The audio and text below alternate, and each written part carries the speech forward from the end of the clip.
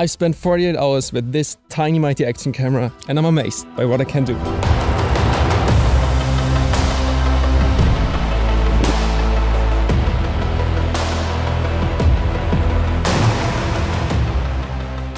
So Insta360 sent a package all the way to Madagascar just for me to try the new Insta360 Go 3S. And now first we're going to unbox it with all the accessories that I've got. I'm pretty excited because I've already tried Insta360 Go 2 with my friend Niklas and I put it on an FPV drone, and we're going to do the same with this little camera right here. And we have a screen to flip.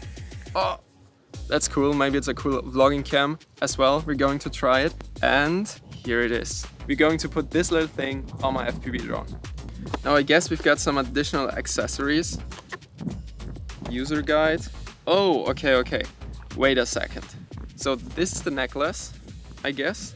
You put it down here and then it's mounted. Awesome. It's pretty solid. Oh. Next one is this thing. It's a pad which you can also put on curved surfaces. So let's see where I can try that. And this one's exciting because it's a quick release mount. Of course we have this thing. Usually it's meant to be put on any cabs. For example, I've got this cab. If I put it on, I can just mount it here. But secondly, you can also mount it here. Pretty easy. Or I unofficially use it as a mouth mount, like this. Looks weird, but you'll see it's pretty effective.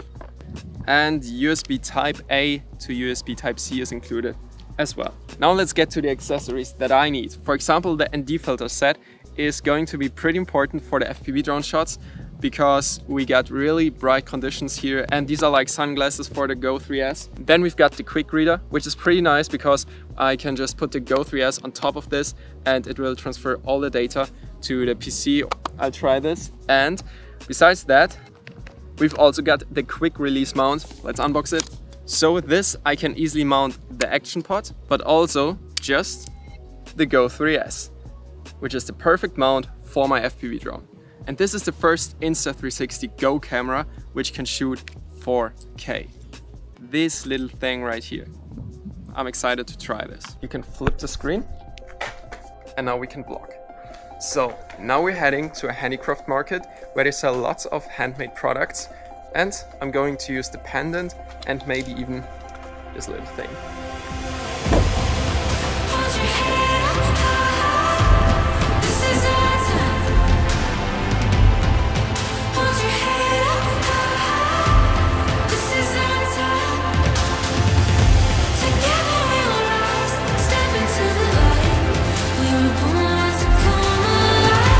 Today's the day we're going to put the Insta360 Go 3S on top of my FPV drone. Of course, it doesn't make too much sense on this FPV drone because it already has a camera, but especially for smaller FPV drones that don't have a camera, the Go 3S could be really interesting. So I'm going to test how good it's working, how good is the stabilization. Let's see how it goes.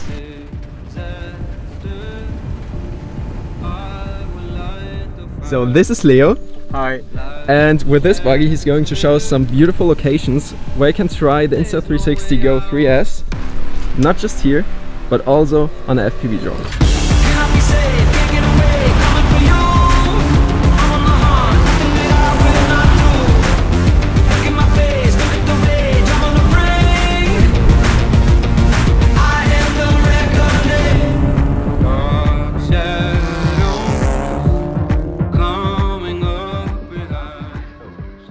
If you wonder how I've mounted the Go 3S onto my FPV drone, it is pretty simple with this camera. You just have to use a usual action mount, put it on top of the drone, and then you can use the Insta360 quick release mount. It's magnetic and clipped, so it's double safe, and it was really strong. The Go 3S would be a perfect camera to mount on top of an 2-inch or 2.5-inch FPV drone, because it weighs only 39 grams, and that's nothing, and can even be lifted by a small FPV drone. After flying the Go 3S on an FPV drone, I was just playing around with the magnetic feature, and I was able to mount it anywhere in the buggy. And that's amazing because you don't have to put mounts everywhere. You can just use the magnetic feature and it's so simple.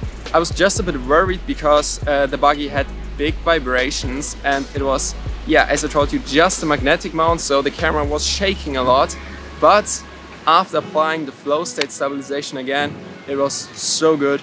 It was really smooth and I really thought the shakes couldn't be removed, but flow state somehow can handle that. After 48 hours with this camera, I can already tell you the best settings that work best for me. So I like the free frame feature a lot because you can not only adjust the stabilization in post-production in the Insta360 Studio or the app, no, you can also reframe your shots. So you can export it, for example, like at 16:9 for YouTube and 9:16 for Instagram, TikTok, YouTube Shorts, whatever. That's powerful if you're a creator who uses multiple platforms. I shoot 4K 30 FPS with a shutter speed of 1/60. If that's too bright for your current lighting condition, you can easily put an ND filter on top of the camera because you can easily get some freewheel ND filters for this camera and they work perfect. I use them for the FPV shots, for example, as well. And yeah, so I use manual exposure to get the best possible quality in color grading, but you can also use the automatic exposure, which is pretty nice. That's easier for you, and I also use it in like more spontaneous scenarios. Then I just set it to auto and trust the Insta360 camera and it works still magic. But also another setting I do manually, if I shoot manually, is the white balance. So I set it according to the current lighting condition. During the day it's mostly 5500 Kelvin, so that's pretty easy. And also the sharpness to medium, and you can also turn on the jitter reduction, which will help to remove simple slight jitters when walking or using the necklace with a pendant. And the last important setting, of course, is the ISO. Keep it as low as possible. I set it to 100 and then you'll get a beautiful image if you follow these settings. Insta360 also upgraded the bitrate from 80 megabits per second to 120, which is pretty nice because this is what really affects your video quality. So you get 4K videos in 120 megabits per second, which is a good upgrade compared to the Go 3. And the good news also is that the Go 3S seems to have the same price as the Go 3 at its launch. It's like 429 something for the 128 GB version, and the 64 GB version is even cheaper. So for that price you get a really solid setup. Within 48 hours I didn't have time to check the battery life, but I can tell you every day it was enough. I never had to bring a power bank with me because the Go 3S charges always when it's in the action pod. So the action pod has a battery and the Go 3S has a battery. I never ran out of battery, so that's a good sign. Considering the size of this camera, it's actually stunning what you can do with it. From vlogging to FPV to action shots, you can do it all. So it's extremely versatile and so easy to bring everywhere you go. It fits into every pocket, probably even into the pockets of women's jeans. So that's one of the biggest advantages of this little camera. So grab yours today if that sounds good to you, with a link in the description. And if you want to see more, make sure to subscribe, leave a like, and then see you soon.